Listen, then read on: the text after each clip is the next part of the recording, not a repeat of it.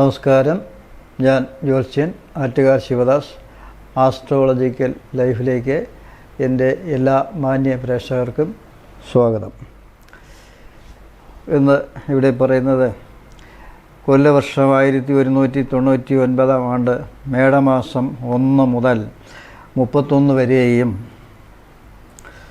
English വർഷം 2024 April 14 മുതൽ May 14 വരെയുമുള്ള 27 നക്ഷത്രക്കാരുടെയും ഒരു മാസത്തെ ചാരവശാലുള്ള ഫലമാണ് ഇവിടെ പറയുന്നത്.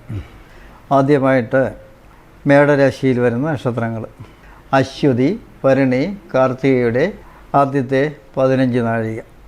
നിങ്ങൾക്ക് എല്ലാവിധമായ ഐശ്വര്യവും ജീവിതത്തിൻ്റെ എല്ലാ മേഖലയിലും പ്രവർത്തിക്കുന്ന ആൾക്കാർക്ക് ശുഭകരമായ അവസ്ഥ തന്നെ കാണുന്നു.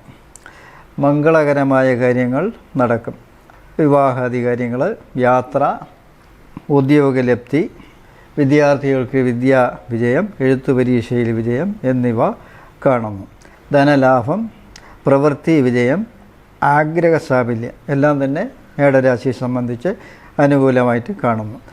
സന്താനഭാഗ്യം, നേരത്തെ പറഞ്ഞതുപോലെ വിവാഹാദി കാര്യങ്ങളും പിന്നെ വിദേശയാത്രകൾക്കുമൊക്കെ തന്നെ ശുഭകരമായ അവസ്ഥ മേടരാശിയെ സംബന്ധിച്ച് കാണുന്നു. ഇതെല്ലാം തന്നെ ശുഭ കാര്യങ്ങളാണ് ഞാനിവിടെ പറഞ്ഞത്.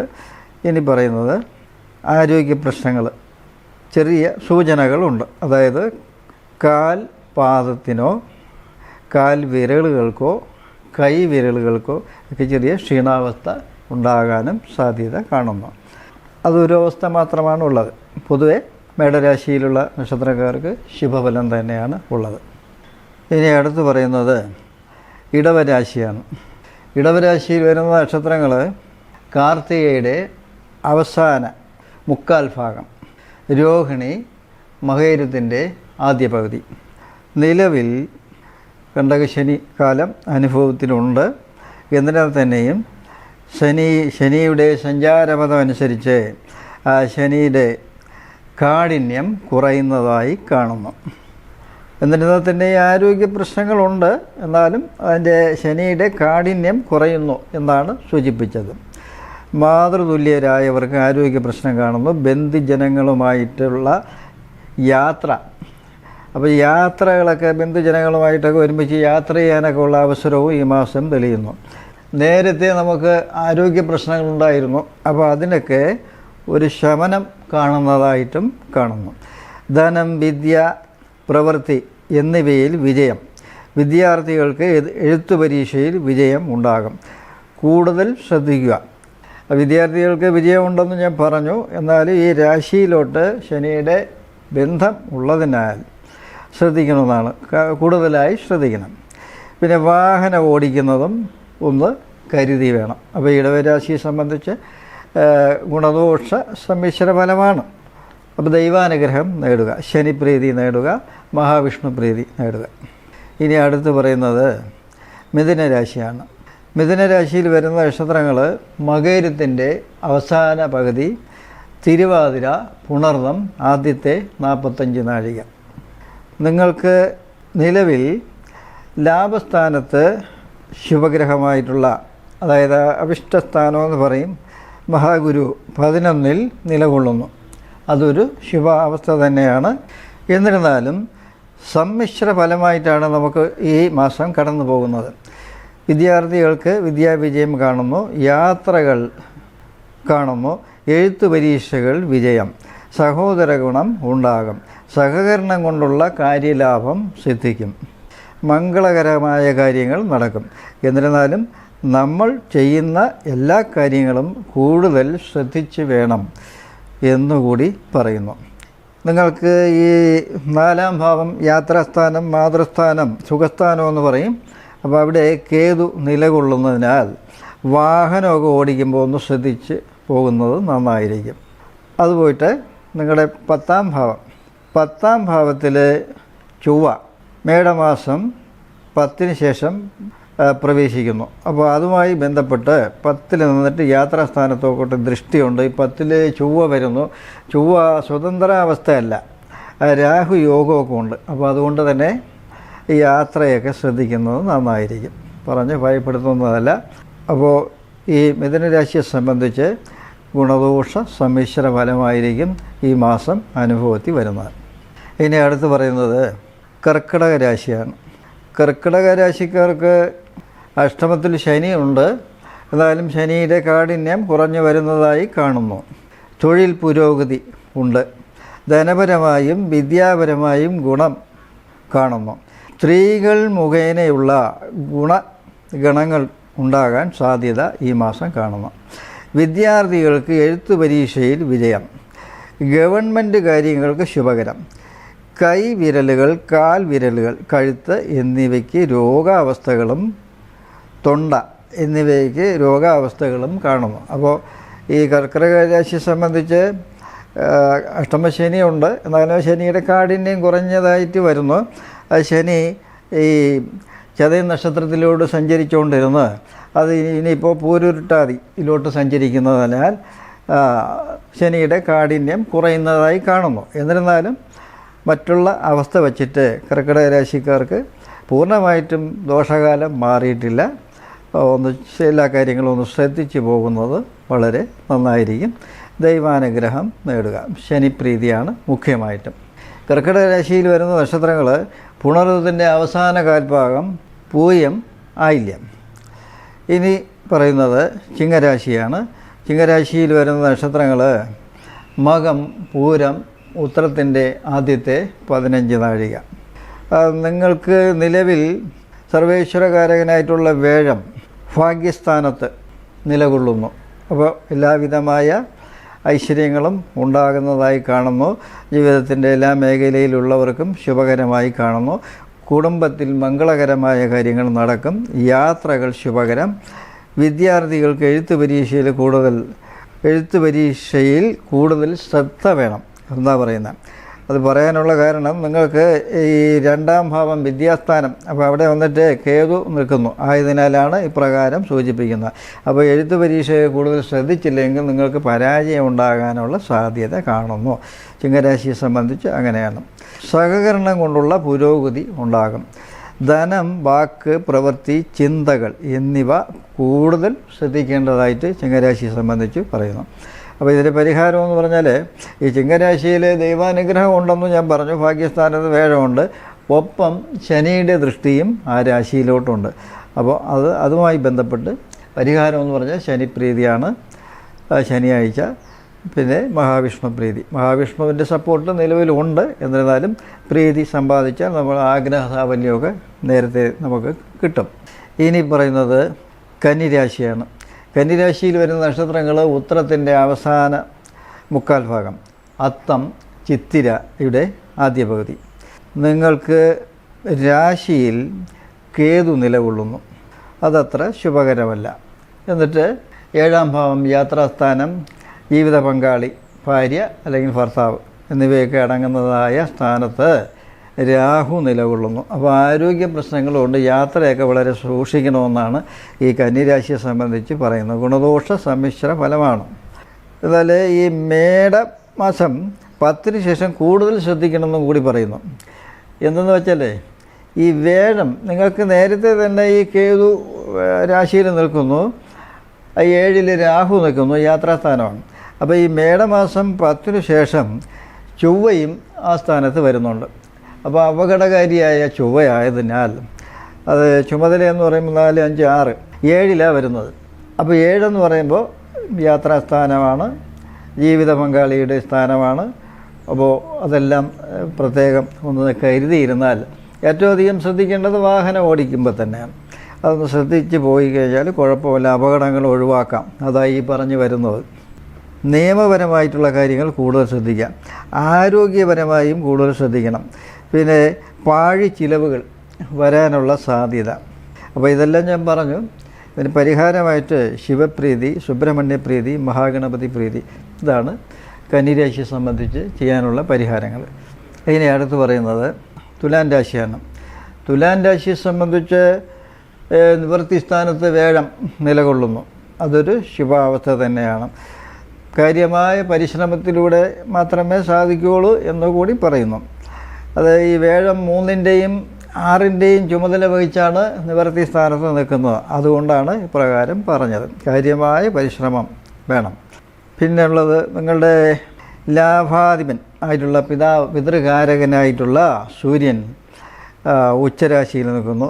അപ്പോൾ പിതാവിൻ്റെ സ്വത്തുവകകൾ കിട്ടാനുള്ള സാധ്യതയും ഈ മാസം കാണുന്നു. ആരോഗ്യ പ്രശ്നങ്ങളുണ്ട്, എന്നിരുന്നാൽ തന്നെയും പിതാവിൻ്റെ സ്വത്തുവകകൾ കിട്ടാനുള്ള സാധ്യത ഈ മാസം തെളിഞ്ഞു വരുന്നതായി കാണുന്നു. യുവാക്കൾക്ക് സ്നേഹബന്ധത്തിനുള്ള ഒരു സാധ്യതയും ഈ മാസം കാണുന്നു. ഗവൺമെൻറ് കാര്യങ്ങൾ നടക്കും. പിന്നെ ഭൂമി ക്രയവിക്രയങ്ങൾ അതുമായി ബന്ധപ്പെട്ടുള്ള കാര്യങ്ങളും നടക്കുന്നതായിട്ട് കാണുന്നു. ഈ പറഞ്ഞ കാര്യങ്ങളൊക്കെ സഫലമാക്കി എടുക്കുന്നതിന് വേഴപ്രീതി പിന്നെ വന്നിട്ട് ശനിപ്രീതി, ഇത് രണ്ടും അനിവാര്യമാണ്. ഈ വേഴത്തിന് ശനിയുടെ ദൃഷ്ടിയുണ്ട്. അതുകൊണ്ട് തന്നെ ഈ പ്രതിവിധികളൂടി ചെയ്തു പോകണം തുലാം രാശിക്കാർ. തുലാം രാശിയിൽ വരുന്ന നക്ഷത്രങ്ങൾ ചിത്തിരയുടെ അവസാന പകുതി, ചോതി വിശാഖത്തിൻ്റെ മുക്കാൽ ഭാഗം. ഇനി അടുത്ത് പറയുന്നത് വൃശ്ചിക രാശിയാണ്. വൃശ്ചിക രാശിയിൽ വരുന്ന നക്ഷത്രങ്ങൾ വിശാഖത്തിൻ്റെ അവസാന 15 നാഴിക, അനിഴം, കേട്ട. നിങ്ങളെ സംബന്ധിച്ച് 2 അവസ്ഥകളും അത്ര നല്ലതല്ല.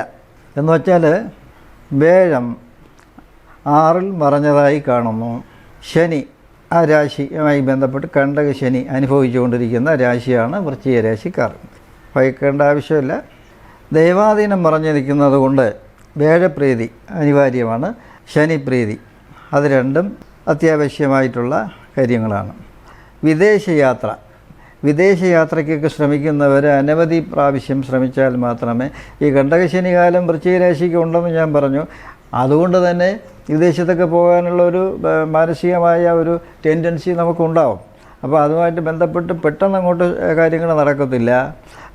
ആവർത്തിച്ച് പരിശ്രമിച്ചാൽ മാത്രമേ വിദേശയോഗം തെളിഞ്ഞു വരുള്ളൂ. പിന്നെ ഗവൺമെൻറ് തല കാര്യങ്ങൾ നടക്കാനുള്ള സാധ്യതയുണ്ട്. അത് നിങ്ങൾക്ക് വന്നിട്ട് ഈ 10ാം ഭാവാധിപൻ ഉച്ചരാശിയിൽ 6ൽ നിൽക്കുന്നു. അപ്പോൾ ഗവൺമെൻറ് തല കാര്യങ്ങൾ നടക്കും. പിന്നെ ഇതൊക്കെ പറഞ്ഞു. ഇനി പറയുന്നത് വയറ് സംബന്ധിച്ച് ഉള്ള രോഗങ്ങൾ ഉണ്ടാകാൻ സാധ്യതയുണ്ട്. പിന്നെ ബന്ധുജന വിയോഗം കാണുന്നു. കാലിന് രോഗാവസ്ഥകൾ കാണുന്നു. കാലിനെന്ന് പറയുമ്പോൾ കാൽപാദത്തിനോ വിരലുകൾക്കോ ഒക്കെ രോഗാവസ്ഥകൾ ഉണ്ടാകുന്നതായിട്ട് വൃശ്ചിക രാശിയെ സംബന്ധിച്ച് കാണുന്നു.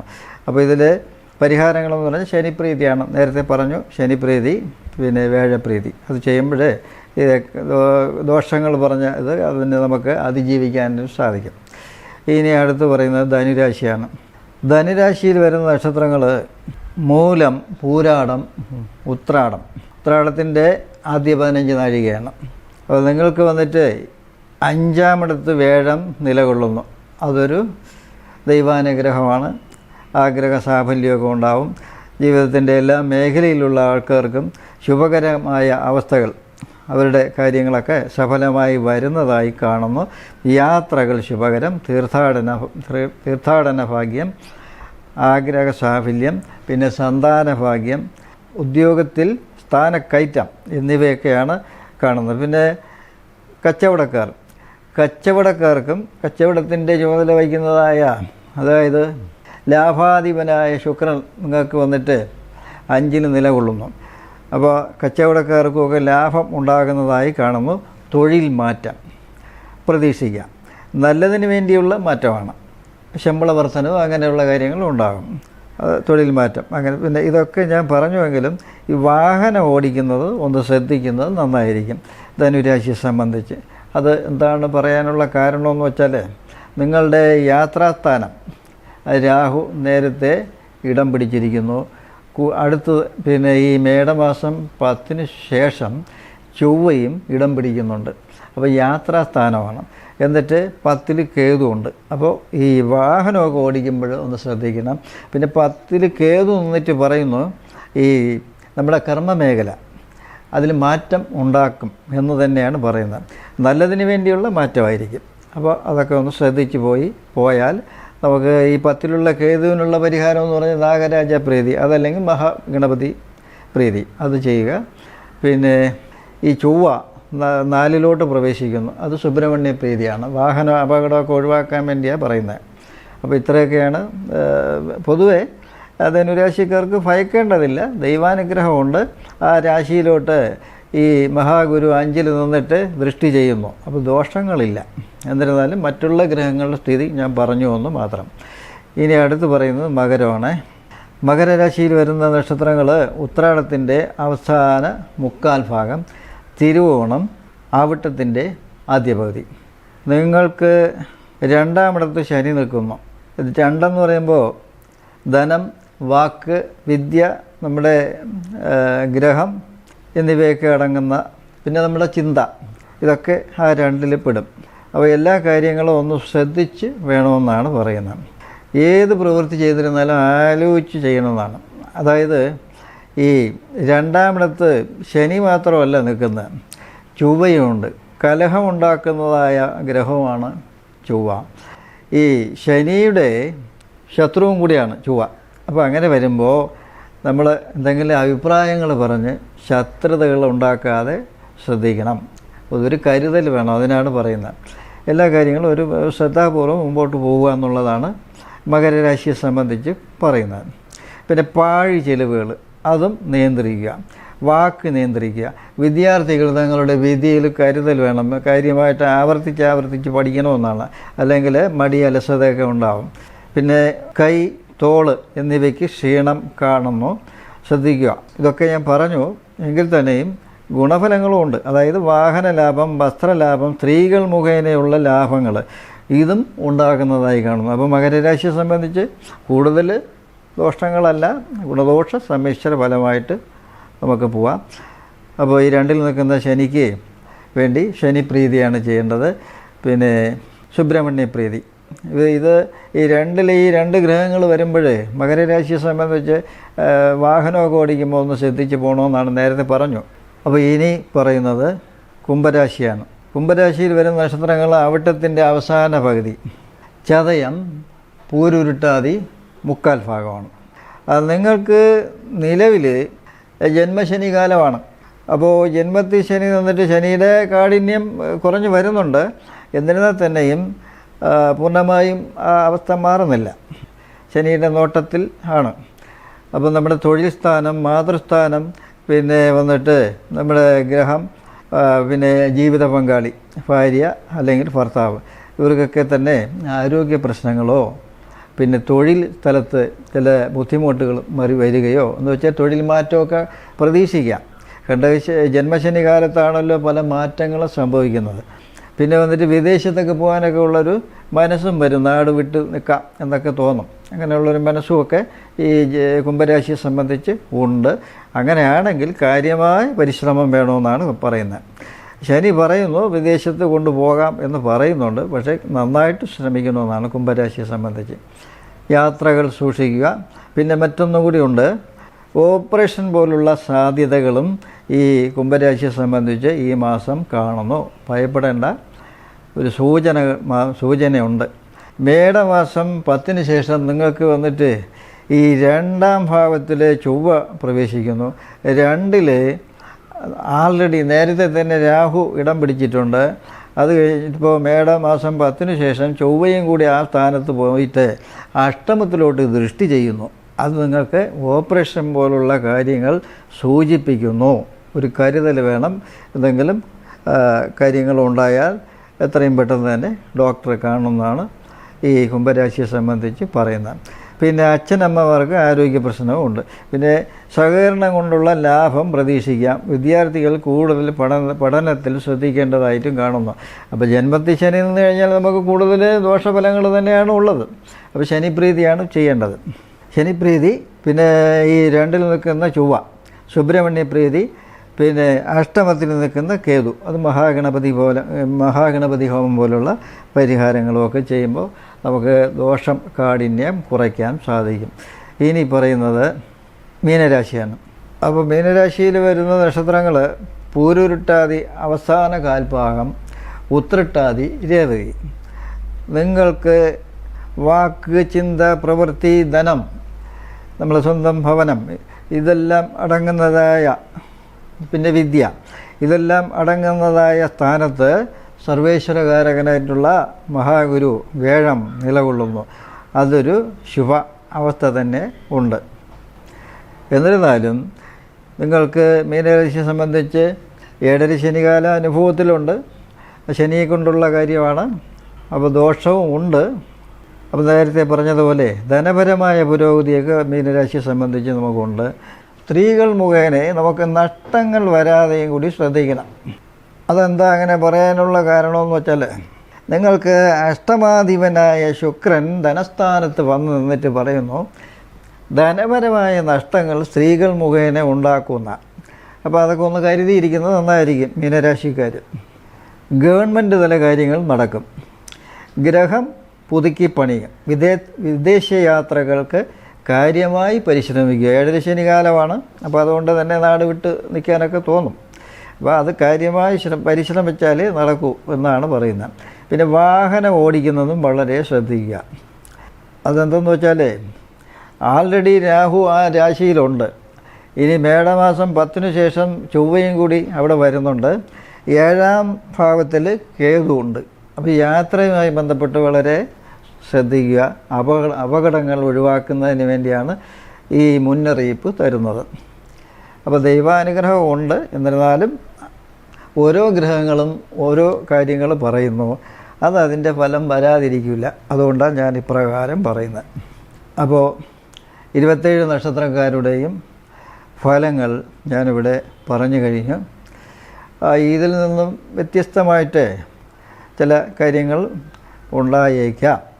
എന്ന് വെച്ചാൽ നമുക്ക് ഓരോരുത്തർക്കും ഇപ്പോഴത്തെ ദശ, അപഹാരം, ഛിദ്രം ഇതൊക്കെ വളരെ സൂക്ഷ്മമാണ്. അതുമായി ബന്ധപ്പെട്ട് ഏറ്റക്കുറച്ചിലുകൾ ഉണ്ടാവും. ഇപ്പോൾ ദോഷം പറഞ്ഞ രാശിക്കാർക്ക് ഇപ്പോഴത്തെ ദശയും അപഹാരമൊക്കെ നല്ലതാണെങ്കിൽ ഈ പറഞ്ഞ കാര്യങ്ങൾ ദോഷങ്ങൾ വരത്തില്ല. പിന്നെ അതുവഴി ഈ അപകടമൊക്കെ ഉണ്ടാക്കുന്ന ചൊവ്വയൊക്കെ രാശിയിലൊക്കെ വരുന്നുണ്ട്. മീനരാശി, ഞാൻ ഉദാഹരണം മീനരാശിക്കാരെന്ന കാര്യം തന്നെ പറയുന്നു. അപ്പോൾ അതിൽ മേടമാസം 10 ശേഷം ആ രാശിയിലോട്ട് ചൊവ്വ വരുന്നു. അപ്പോൾ ഈ മീനരാശിക്കാർക്ക് അത് അവരുടെ ജനിച്ച സമയത്ത് ജാതകത്തിൽ ചൊവ്വ നല്ല സ്ഥാനത്താണ് നിൽക്കുന്നുവെങ്കിൽ ഈ ഭയം വേണ്ട. ഇതൊരു ഉദാഹരണം മാത്രം പറഞ്ഞതാണ്. അപ്പോൾ ഓരോ രാശിക്കാർക്കും ഓരോരോ അവസ്ഥകളാണ് ഇപ്പോഴും അനുഭവത്തിലുള്ളത്. അപ്പോൾ ദൈവാനുഗ്രഹം വർദ്ധിപ്പിക്കുക. നമ്മുടെ തൊഴിൽ മേഖല ഏതാണോ നമ്മുടെ തൊഴിൽ, അത് വളരെ പ്രാധാന്യം കൊടുക്കുക. കർമ്മമാണ് ഈശ്വരൻ എന്നുള്ള തത്വം സ്വീകരിച്ച് മുമ്പോട്ട് പോവുക. എല്ലാവർക്കും എല്ലാ ഐശ്വര്യവും ഭാഗ്യവും ഒക്കെ ഉണ്ടാകട്ടെ എന്ന് ഞാൻ പ്രാർത്ഥിക്കുന്നു. നന്ദി, നമസ്കാരം.